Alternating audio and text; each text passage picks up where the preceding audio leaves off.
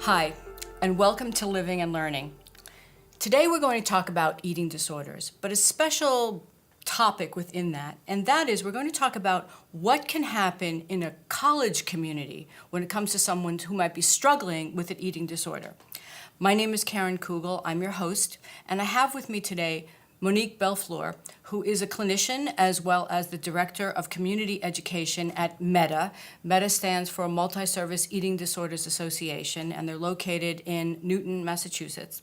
And let's just start with some definitions. Monique, thank you for being here with us today. Welcome. Let's start with the definition of eating disorders. Sure.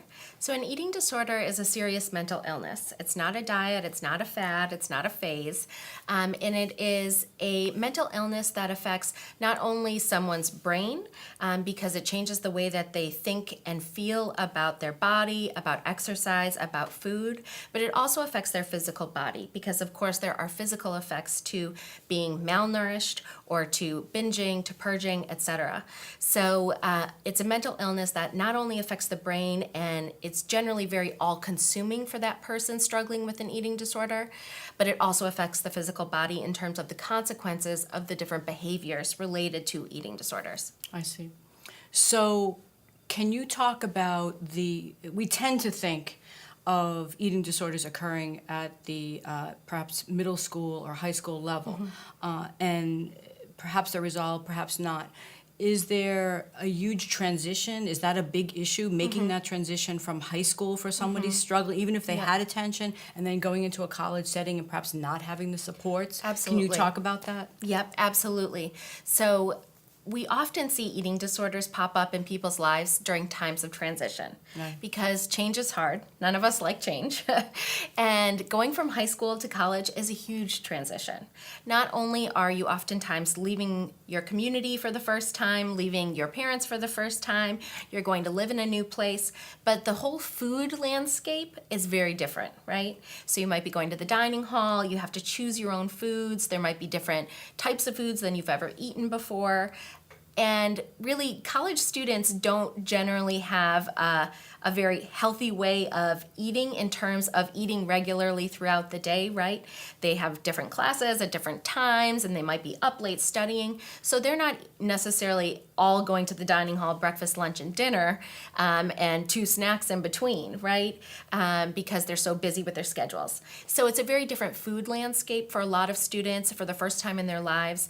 And there's all the stress of achieving in college and meeting new friends and learning to balance work and social life, figuring out who you are. A lot of times people in college are really focusing on figuring out their identity, and that is in and of itself stressful. And eating disorders are coping mechanisms, and so we see them pop up during times of stress.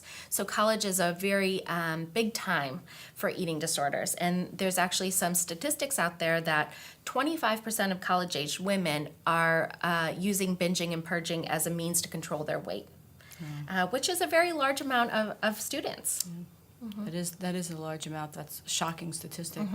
I'm also thinking about, at the college level, some of the identity issues that you were talking about.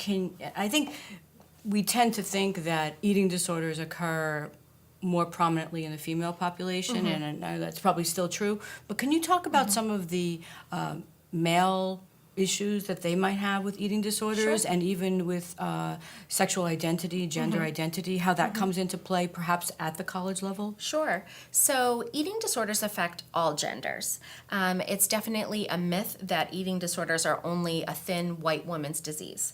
Eating disorders affect all genders, all races, all body shapes and sizes. So there are certainly men and transgender students on campus that are struggling with eating disorders. And there is a statistic that says 16% of transgender college students are struggling with an eating disorder. And the Trevor Project actually recently put out a survey that 50% of LGBTQ youth struggle with an eating disorder at some point in their life. And so college is a time where people are trying to figure out their gender identity, their sexual identity, who they want to be as they go into adulthood.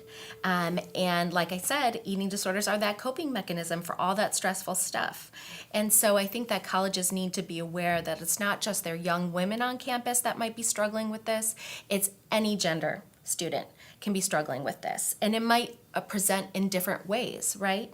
So they can't just think about the restriction of food and anorexia and low body weight. They have to be aware that some people on campus might be trying to bulk up their bodies, kind of this focus on fitness and being muscular. Or if someone's struggling with their gender identity, they might be trying to change their body in a way to be more in line with that gender that they're identifying with, right? So there's a lot of different ways that an eating disorder can present that we aren't necessarily familiar with in the more mainstream media. I see. So what are colleges doing now, and what more could they do, and how can MEDA help them? Sure. So some colleges are better than others in terms of the treatment and support of eating disorders on campus. Some colleges, which I really recommend for any university because it's so prevalent at this age to struggle with an eating disorder, is to have an eating disorder team on campus, or at least an eating disorder specialist, therapist, and dietitian on campus.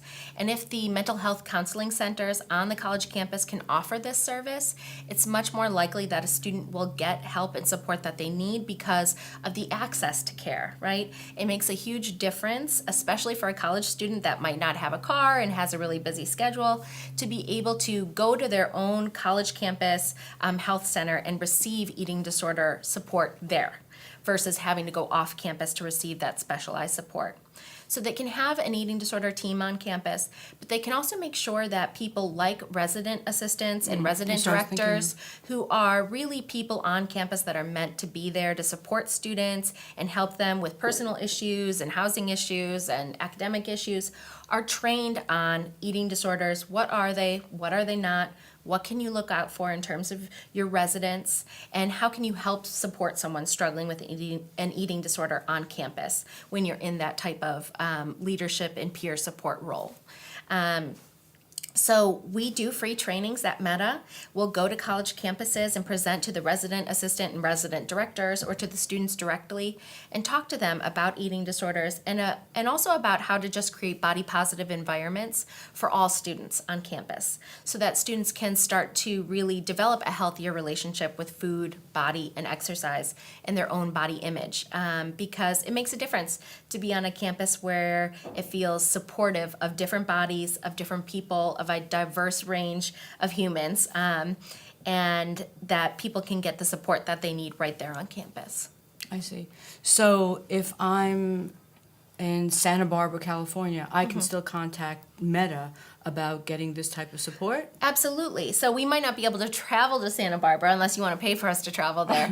But we are always happy to consult over the phone or via email on even how they in Santa Barbara can start to change what they offer for students on campus to support people struggling with eating disorders, or even just how to change the environment on campus and how it relates to body, food, and exercise. So anyone can give us a call. We're a small nonprofit. Roommates. Yep. Roommates is a huge issue in terms of, you might have a roommate that's struggling with an eating disorder. You might be struggling with an eating disorder, and how do you navigate that relationship with your roommate?